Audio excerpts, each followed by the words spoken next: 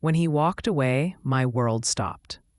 I didn't know it then, but the moment he closed that door behind him, it was the last time I'd hear his heartbeat near mine.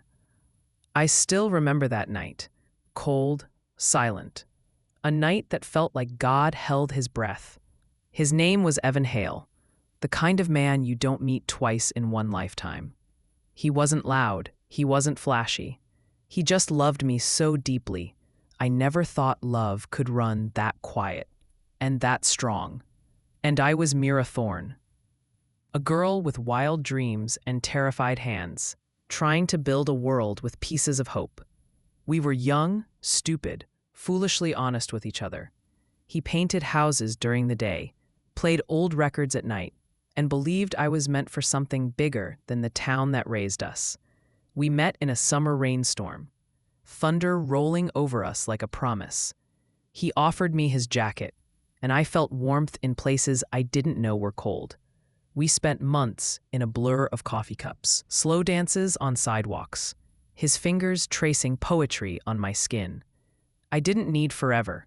I just wanted one more minute with him, again and again. But love can be fragile, even when it feels like a miracle. Everything changed the night I saw him walking into a restaurant with another woman. Her dress was red. Her hand was on his arm. She whispered something that made him smile. And something inside me broke, quietly. I didn't go inside. I didn't ask. I just walked home, soaked in rain and disbelief, telling myself not to cry, but every step felt like glass. The next morning, he came to me, smiling, gentle, his hands still warm from the night before. I didn't let him speak. I asked one question. Was it her? His silence was the answer. He tried to explain, said it was business, a work meeting, that I misunderstood. But once your heart cracks, every truth sounds like a lie. I pushed him away, told him we were done, told him to leave. He didn't fight. He just looked at me, hurt and quiet, and walked out the door. That was the moment my world stopped. For weeks, I couldn't breathe without thinking of him. I slept in his shirts, hoping his scent would keep me from drowning. I replayed our laughter, our late-night confessions, the way he kissed my forehead, like it meant home. But I was scared. Scared he'd come back. Scared he wouldn't. I never told him the truth. I was pregnant. And terrified. I thought he'd leave me anyway. Thought he'd fight for custody. Thought he'd take her from me if he ever knew. Everyone told me he didn't deserve to know. Everyone but me. Because even broken, I loved him. My best friend Lena had an idea. So stupid, so desperate, but I agreed. Get married, she said. Just for a little while. Evan will let go if he thinks you've moved on. I was numb, lost. And I said yes. So I entered a fake marriage to a family friend, Nolan Ward, who was kind enough to help. 2 weeks, no rings. No kisses, just paperwork and lies.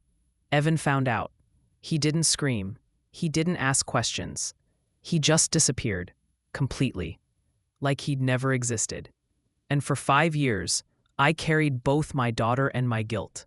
My little girl Ayla, with his eyes, his quiet smile, his way of holding the world gently. She was the only proof he had ever been real. I tried to build a life. It wasn't perfect, but it was ours. To survive, I worked relentlessly. Late nights, odd jobs.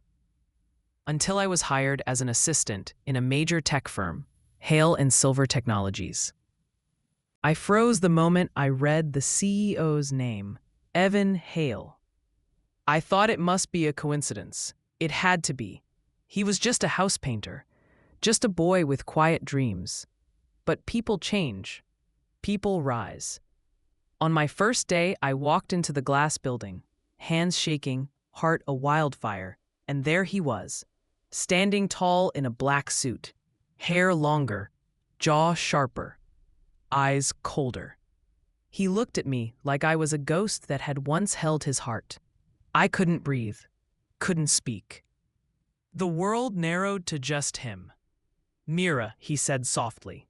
and I swear, air turned to ice.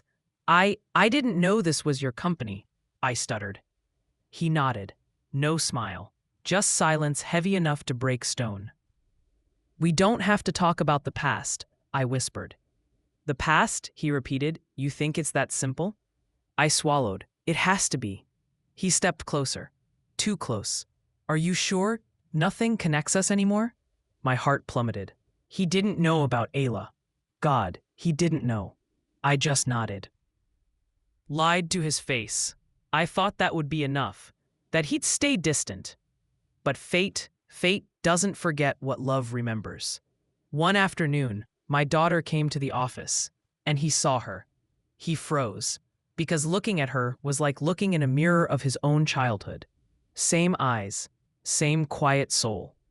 He turned to me, voice shaking. You lied to me. I wanted to run. Instead, I whispered, I didn't want to ruin your life. My life? He choked. You were my life. His pain hit me harder than any storm I'd ever lived through. All the years between us trembled in that moment. He asked to see her. I said yes, because how could I deny her the father she'd always deserved? Ayla loved him instantly. Their connection was effortless, organic, as if they had waited for each other all their lives. But the past still stood between us, a wall built of silence, fear, and 5 stolen years. I expected anger, accusations, punishment. Instead, he softened. One evening, after Ayla had fallen asleep, I found Evan on the balcony, city lights glowing beneath him. He didn't look at me when he spoke. I didn't cheat on you, he said quietly. That woman was offering me a job, the job that started all of this. I smiled because I thought it meant I could finally give you the life you deserved. My knees buckled, my heart shattered. All this time, I'd left him because of a misunderstanding. I waited for you, he whispered, for weeks, months. I came back every night, and then I heard you married another man. My tears fell like rain again, like that first night. I was scared, I said. I was pregnant. I thought you'd take her. I thought I wasn't enough. He turned to me, slow, wounded. You were always enough. You were my home. His voice cracked, and I broke. I stepped closer. He didn't move, didn't breathe, just stared at me like his soul was raw. I'm sorry, I whispered. Silence. Then he lifted his hand and brushed away my tear, just like he used to. It was small, soft, but it felt like the world restarting. We stood there for a long time, breathing the same air, hearts remembering old promises. Forgiveness wasn't instant. Healing never is. But slowly, we found our way.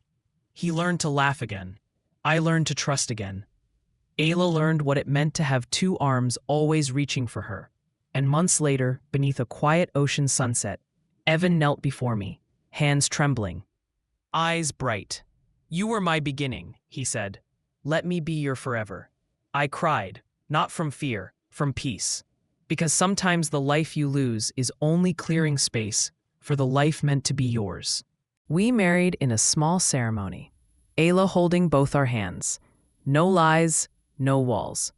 Just love that had survived every kind of storm.